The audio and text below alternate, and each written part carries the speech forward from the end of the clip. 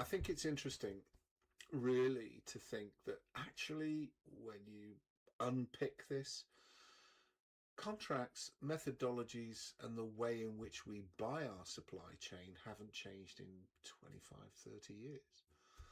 We still measure it the same way. As I say, we still procure it the same way. We still set up contracts of the same standing. Our contractual lengths are 3+2+2 or 5+2, around the 7-year mark, a couple of graduating a little bit longer, but broadly, that's what these contracts say. Technology's improved. The way in which we use the building and need to use the building has changed. The reliance from the client on the supplier has increased. That's noticeable. And the intelligence that we're gathering for our built environments has improved almost, in a linear fashion.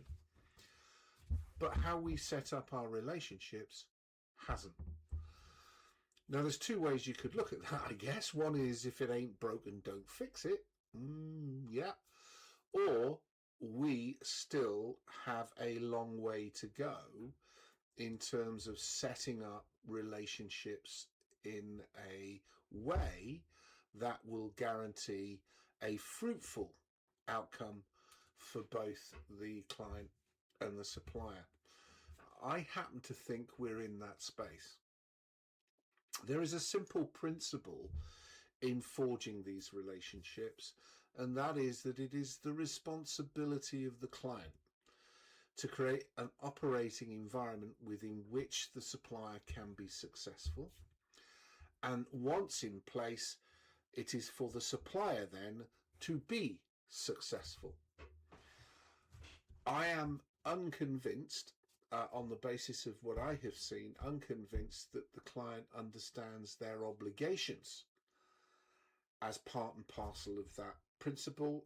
And I think that's what it leads us to be less mature or less intelligent, perhaps is the right phrase, in how we set up the relationships with our suppliers. So perhaps we should be focusing more on what do we need to do to make an environment workable for a supplier contractually.